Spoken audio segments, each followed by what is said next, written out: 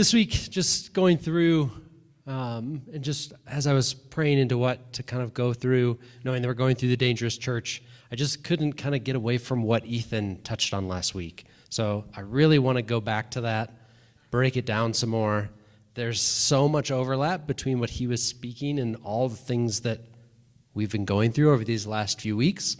So it just connected so well. So sweet to see when you just have somebody come in from outside and just confirming what the Lord's already doing. And so just, again, it aligns in so many ways, but just worthwhile to just let's go back, look at what God brought through Ethan, and then just look at what God's doing here and kind of applying those things together. So getting into what Ethan spoke about, he talked about 4 different things. So first thing he talked about was pioneering. Second thing he talked about was this idea of transformation through beholding Jesus. Third, he talked about living out kind of Christian ethics and just this aspect of how do we do life together. And then the fourth thing he talked about is this generational perspective. We've obviously been going through our dangerous church kind of series, looking at all the different aspects of what makes a church dangerous to darkness, dangerous to kind of the world, but all of those things kind of culminate and require a mature church. And so when I was just spending time just really going through the rhythms of what God said through Ethan, just was confirming that piece of the requirement of a mature church. And I feel like the Lord's calling us to be a mature church. And so there was also a statement that Ethan made, and I don't know if this is a title, but he just said, we got to keep the main thing the main thing. That's the most important thing, is keeping the main thing the main thing. But even more specifically than that, what is the main thing? Jesus is the main thing. So we got to keep Jesus the main thing. So I'm going to break down pioneering a little bit, because all 4 of these things can seem a little disjointed from each other, but there's so much overlap and so much how they build into each other to allow a church to be mature, a person, a believer to be mature, and just how allows us to call out the fullness of the call God has on our lives. So pioneering. He talked about this a little bit. He looked at David, or like Moses, or Abraham, David and Moses, and just looking at the lives of each of those 3 men and touching on just little aspects of each of them. But I think there's this aspect of pioneering that's really hard.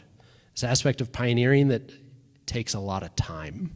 And I think pioneering, we have it today, but I think it's a lot easier to think back to like a period of time of people going somewhere where there's never been gone before and starting something brand new, building brand new, and just understanding that process takes a long time. On Wednesday at Small Group, we talked about the cars coming here, and it was like they could be here in like 30 hours. But like 200 years ago, it's like for them to make that journey, it'd be like months and months and months of just getting even to America, and then to get to Colorado from even just anywhere on the East Coast, months and months and months. And you'd have to align the season and the year of like, oh, I can't start this journey in November. Like I have to start it in March, like right now, because that's when the snow's not going to be there. That's not when it's going to be easier generally to travel.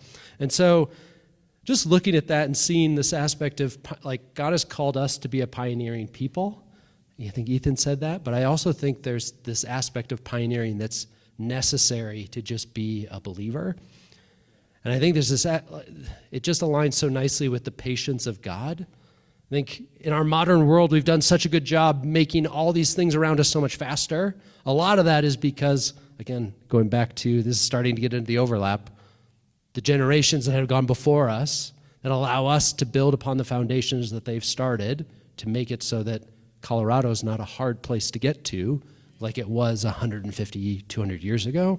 It's easy. You just jump on a plane, go. You just drive on the road that's already been paved. And it can take a little longer than a plane, but you can get there.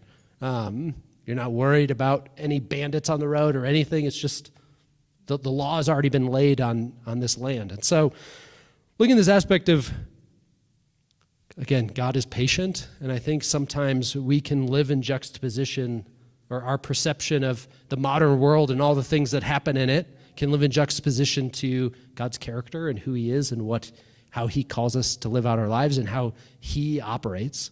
And so I think we can just get caught into the things of our day in and day out lives, where we can get caught in monotony. We can get caught in days that are really good, days that are really slow, days that feel like, why did this day even exist? Because it feels like it brought me farther back than it was when I woke up this morning. And so all of those things kind of playing together, those are all things that exist in pioneering. You're starting with something brand new, starting at this point where you have to build something day by day, starting with something where one day you have a simple task and you have to think about how to get it done.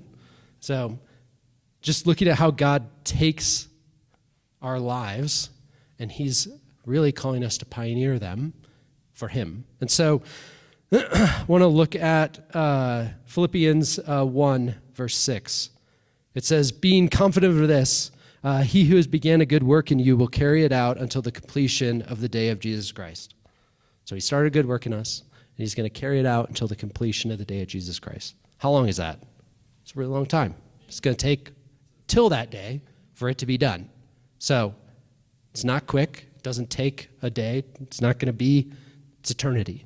And so I think there's this aspect of kind of us understanding who God is and what he does and how he works, where he is so incredibly patient. And so we just have to understand that God is working from and for eternity. I think it's hard for us to comprehend because we live in this finite time. There's a start date and an end date for all of us. And so for God, there isn't. So I think we can sometimes get caught up, again, in just our day. And I think God has graciously placed his beautiful creation around us, and we can look at his creation, and I think he uses it to teach us some very profound truths about how he operates.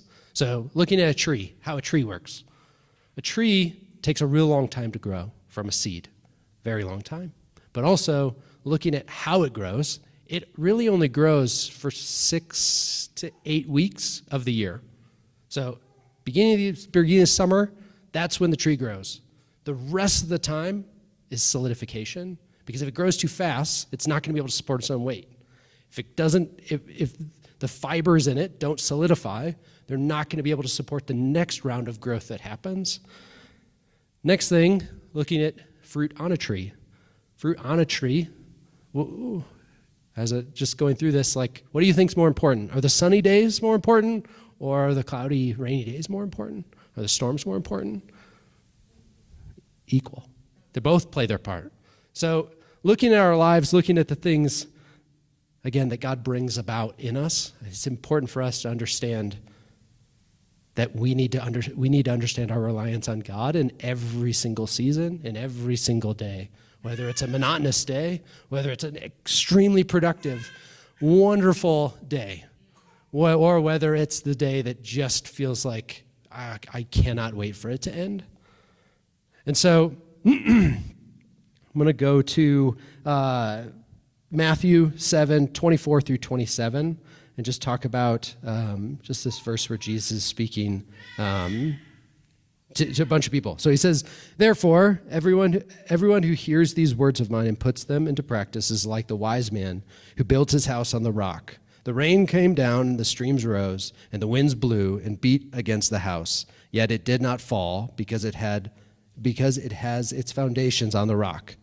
But everyone who hears these words of mine and does not put them into practice is like a foolish man who built his house on sand.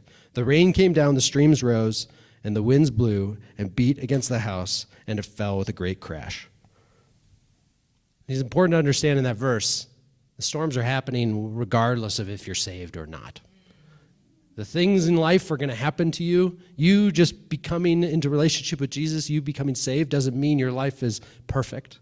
Doesn't mean everything's going to just straighten out and you get this golden road to eternity and everything's going to be super paved out like the roads when you drive to Colorado.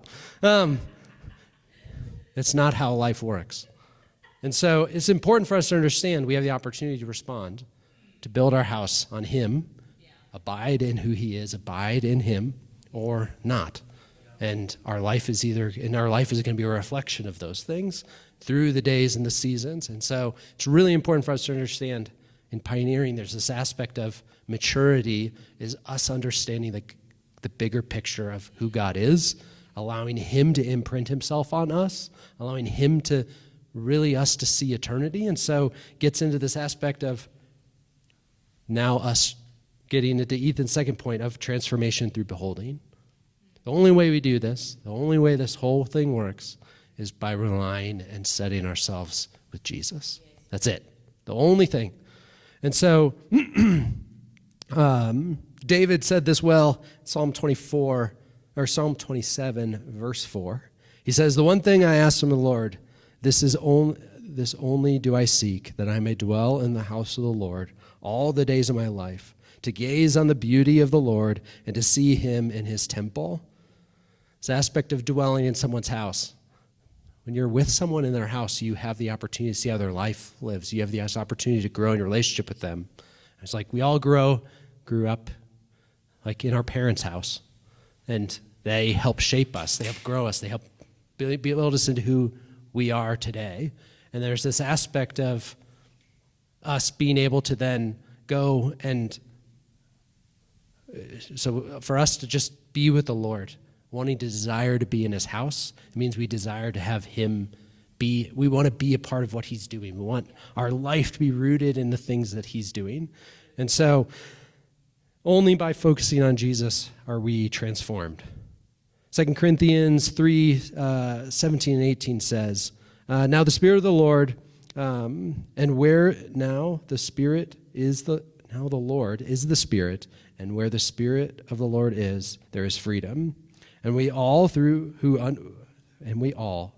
who with unveiled faces contemplate the Lord's glory are being transformed into his image with ever-increasing glory, which comes from the Lord who is the Spirit." So Ethan went through this last week of just understanding the importance for us to really just rely on the Lord. He is everything. And I think sometimes we can get things mixed up. Again, going back to our modern world, we try to cut corners and try and say, "Ooh, this is the problem. We need to do more outreach, or we need to do more reaching people. So we're going to go stand on street corners." It's like none of those things are bad in and of themselves. But I think we as humans can get so distracted from the main point that we can think we get our checklist. We see these are the things that God wants us to do. We see that these are the things that need to get done. And there's aspects of like in business or in work, that can be true. Like we know we need to get these things done. But in our life, in our walk with the Lord, it's completely opposite. His economy is so backwards to everything in the world that we just need to behold him. And when we behold him, we're going to be able to actually walk in the fullness of the things he's calling us to do. From that, outreach is going to happen. From that, we're going to go have our monotonous grocery store times and see and feel the Lord calling us to go talk to somebody. It may freak us out, may terrify us, but it's just us walking in obedience to our relationship with the Lord. And so, again, this stuff Ethan was going through, I was just like, it's so layered together of just what it means to walk and live a mature Christian life. And again, all of that just connects to what it means and how a church can become dangerous is only through mature people. And the only way people get mature is by spending time with Jesus. And so, sorry, I lost my spot.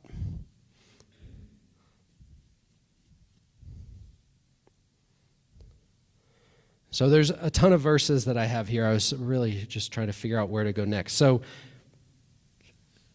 I think just this aspect of us understanding who Jesus is, us understanding what he's called us to, then Ethan kind of transitioned into this next section. So he's going through all of Romans chapter 12. And it starts off, "Therefore I urge you, brothers and sisters, in view of God's mercy, to offer your bodies as living sacrifices, holy and pleasing to God. This is your true and proper worship. Do not be conformed to the pattern of this world, but be transformed by the renewing of your mind. Then you'll be able to test and approve what God's will is, his good, pleasing, and perfect will." This aspect of once we spend time with him, all these things kind of become clear. And so as we're going through this stuff, it's just, we can't lose sight of what the whole main point is. The only way transformation happens in our hearts, happens in our minds, happens in the way we act and look towards others is through beholding Jesus. That's it. So next one, Romans 8, 28 through 30. And we know that in all things God works for the good of those who love him, who have been called according to his purpose. For those God foreknew, he also predestined to be conformed into the image of his Son, that he might be the firstborn among many brothers and sisters. And those he predestined, he also called, and those he called, he also justified, and those he justified, he also glorified. Next one, Colossians 3:10. Sorry, I'm jumping around a lot because as I was going through this, it's like literally every single one of Paul's letters is like, this is the whole point he's trying to make. And literally every single one of them is just understanding when you're rooted in Jesus, when you're focused on him, everything else happens as a result of that. Don't focus on it's not the outcomes. It's actually focusing on Jesus, and then the outcomes happen. The world side, again, I talked about this, but it's so different. On the world side, we focus on strong people. We focus on all these programs. We focus on all these different things. And for God, it's totally different. Totally different. Just wanting us to be with him. He desires relationship so heavily with us, and he wants us to grow. And so, again, all of those things happen just with him. So Colossians 3:10 says, put on the new self, which is being renewed in the knowledge and the image of its creator. This aspect of, for us as Christians, I think it really becomes this piece of us constantly allowing the Lord to adjust where we are. When we live out and walk out our days, things jostle us. They get us out of whack. Things happen that can be really good, and you're like, man, I'm doing really well. And so you move to the side of, oh, I'm pretty good at this. I've got this. Then you have this catastrophic day, and you're like, oh, not good. Like, I'm worthless. Lord, I need every bit of you. And then you have all these just other things that can distract us in every level. And so for us to be able to do this well, we have to constantly have the humility and just losing our own pride to be constantly adjusting to the Lord being the anchor of our life. This aspect of, there's so many things where it's like, ooh, this thing is really good, but if you get too much of it, if your heart turns the wrong way, it's not good anymore. Like one of my friends said that he had this thing where ministry became like a mistress for him. And it's like this aspect of like, ministry is really good, so good. But when you go to the point where that's the thing, you lose track of what Jesus being the thing. And so we constantly, that's why this thing is a daily walk, a daily piece of us continuing to walk out ourselves with the Lord, because we have to have the humility to let him adjust us. It happens every day. You're going to have great days, and you're going to be like, man, I'm actually really good. I understand this. And you're going to have bad days where you're just like, holy smokes, like, Lord, why did today even happen? And there's this aspect, again, of we just need to understand. Maturity is understanding. In every single one of those days, the reliance on the Lord is the same. And just what maturity is. Maturity is this understanding of not flailing around and being thrown about by all your circumstances, but just this consistency. I think the Lord is just so consistent in the way he speaks to us, the way he's not changing at all. Nothing from the beginning, all of his word, not changing. And so I think there's just this aspect of, as we become more like him, we, again, are unchanged. So, third one, again, layering all this together. Living out Christian ethics. So Ethan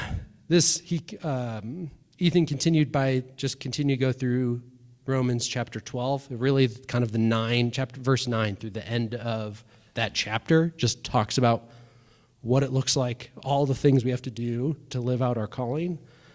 again, you can get caught up by saying, oh, these are the things I need to do. It's like, yes, but those things are the outcome. Don't get distracted by the things being the thing. Jesus is the thing.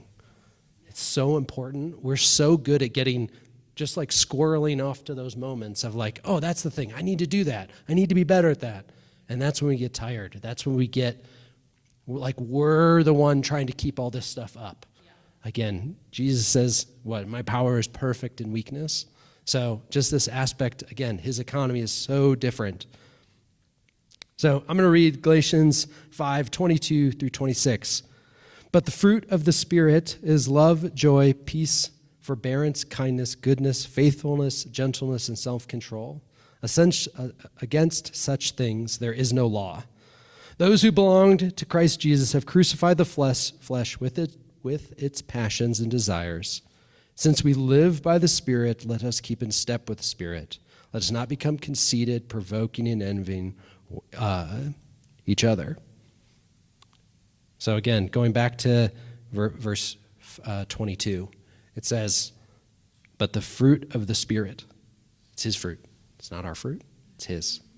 So again, this aspect of all those things that are said in Romans, those are outcomes of being with him, outcomes of having our life transformed by him.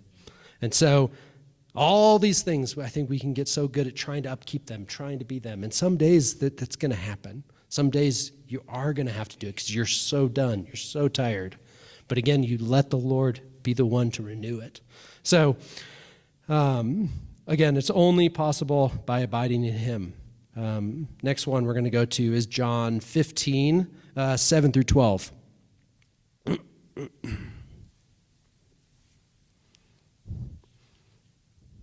If you remain in me and my words remain in you, ask whatever you wish and it will be done for you. This is to my Father's glory, that you bear much fruit, showing yourselves to be my disciples. As the Father has loved me, so have I loved you. Now remain in my love. If you keep my commandments, you will remain in my love, just as I have kept my Father's commandments and remain in his love. I have told you this so that my joy may be in you and that your joy may be complete. My command is this: love each other as I have loved you. So this aspect of beholding is just purely just remaining and being and abiding with him.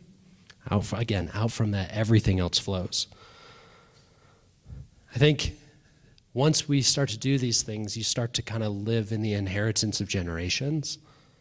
Generations are impacted not through massive acts one day. They're impacted through small, consistent acts, day over day over day. That's how you make impact that's how I'm going to make an impact to my kids. That's how my parents made impact to me, how their parents made impact to them. Same thing happens with us here. This aspect of getting caught up in wanting these grand, massive moments, which are wonderful, not wanting to discount them, but that is not the foundation that God builds things on to strengthen. It's this piece that he will use, these shoots to allow growth to happen quickly, but then it's this point of us wrestling with that, us asking questions, us trying to struggle through these pieces. And I think sometimes we want it to go so much faster, but it takes time. He wants it to take time. He's again, God working from and for eternity.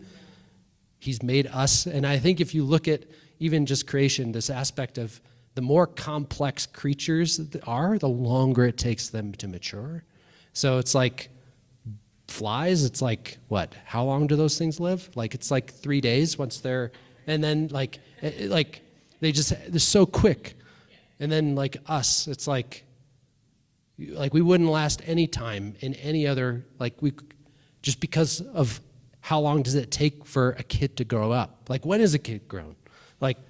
Exactly. I don't know either.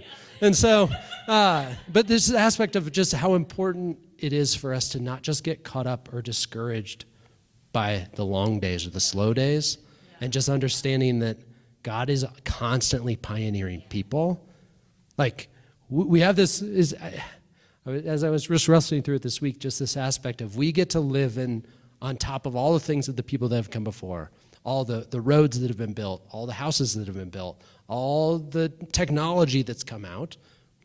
We didn't do any of that. Some people have contributed to it, but we were able to move to what we are now because of all the things that have happened.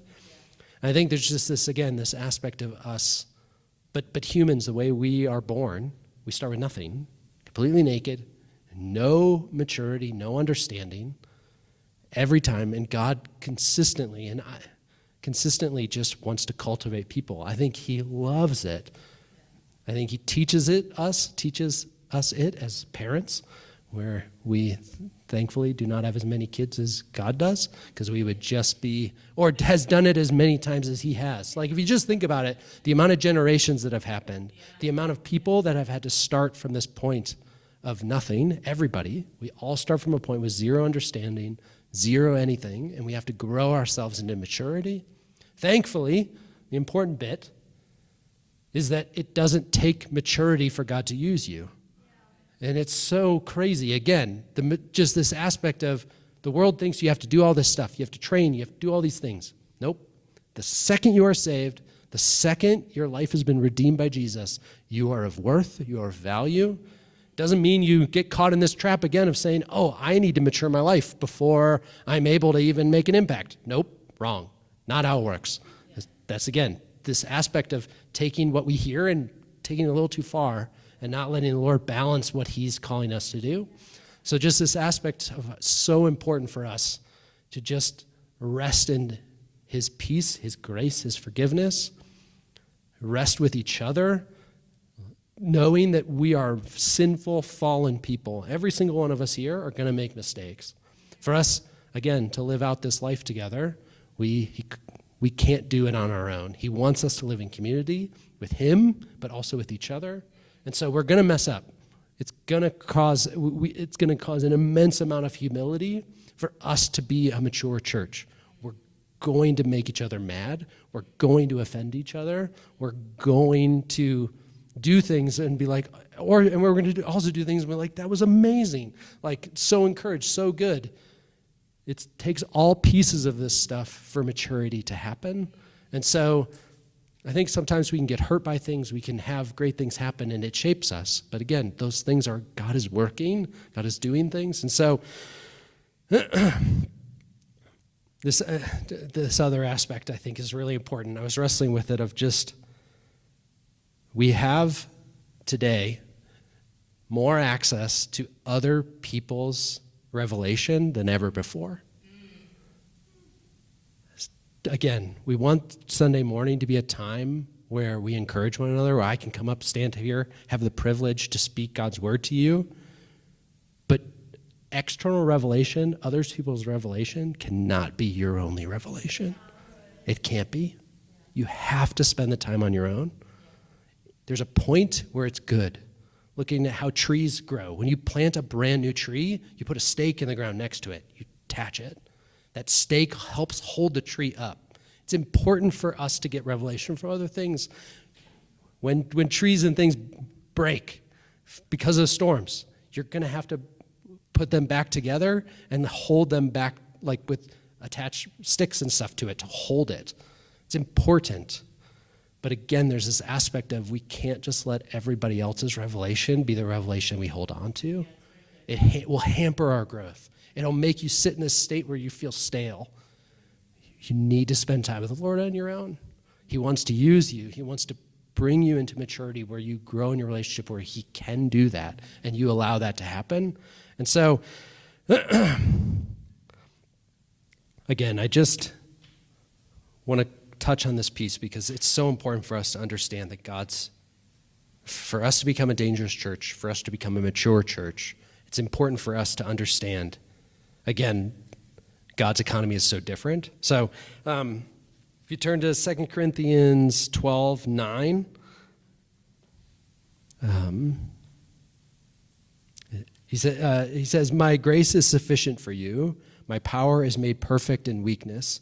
Therefore, I will boast all the more gladly about my weakness so that Christ's power may rest on me." Jesus says in his Sermon on the Mount in Matthew 5, he says, "Blessed are the meek, for they will inherit the earth." Again, I think we can get in this aspect where we want stuff to happen so quickly, but we just have to trust God's timing. We have to trust what God's doing. When God took the Israelites into the promised land, he did it slowly. So if you go to Exodus 23, 29 through 30, he's speaking to them before they're going. And he says, but I will not drive them out. So talking about the people in the land, the promised land. So he's not going to drive the people out in a single year because the land would become desolate and the wild animals too numerous for you. Little by little I will drive them out before you until you have increased enough to take possession of the land. This has so many different connotations for us of just understanding growth happens by our capacity to possess. When you grow, you have more capacity to possess. If God takes and puts you on something, he's going to break you. Looking at what he did here, he's like, I'm not going to chase everyone out. I need you to walk in faith with me. I need you to do this. I'm not going to do it all at once. There's an aspect of growth that is inherent with that, of just the people not being established in the land, not being in a place where they have their towns built, not being in a place where they have all these things, where they don't want to deal with other things like no longer people but wild animals, which I guess are much more, you just have no idea what they're going to do. People, it's like, but all this to say, I think it's just so important for us to just understand how the Lord works, what he's calling us to do, that we bear with one another, that we look after one another, that we encourage one another, and because that's what God's calling us to do. And then we just really are excited about each day, knowing that what is ever happening in that day doesn't change how we feel about the Lord and our reliance on him. So, trying to figure out how to land on this, but I honestly think Paul's prayer to the church in Ephesus in chapter 3, verse 14 is just this perfect understanding and encapsulation of what he's calling us to do. So, if you guys want to stand, I'm going to close with this because I just want to pray this over us, because I think just for us to be able to receive this as we go out into our week, knowing whatever it may hold, he's calling us to just fullness of life with him. For this reason, I kneel before the Father, from whom every family in heaven and on earth derives its name. I pray that out of his glorious riches he may strengthen you with power through his Spirit in your inner being, so that Christ may dwell in your hearts through faith.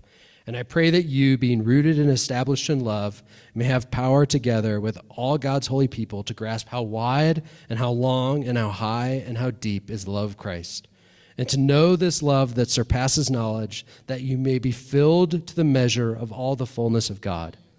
Now to him who is able to do immeasurably more than all we ask or imagine, according to his power that is at work within us, to him be the glory in the church and in Jesus Christ throughout all generations, forever and ever.